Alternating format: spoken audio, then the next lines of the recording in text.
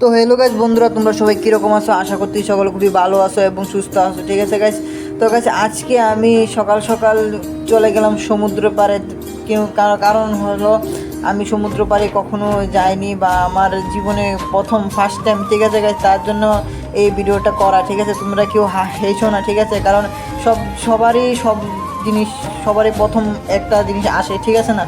সেটাই আমার জীবনে আমি প্রথম ফার্স্ট সমুদ্রের বিচে গেলাম, পাড়ে গেলাম আর কি। ঠিক আছে গাইস, তো গাইস তোমরা চ্যানেলটা ফলো করো এবং আমার পাশে থাকো। আমি চ্যানেলটা আবারও শুরু করতেছি।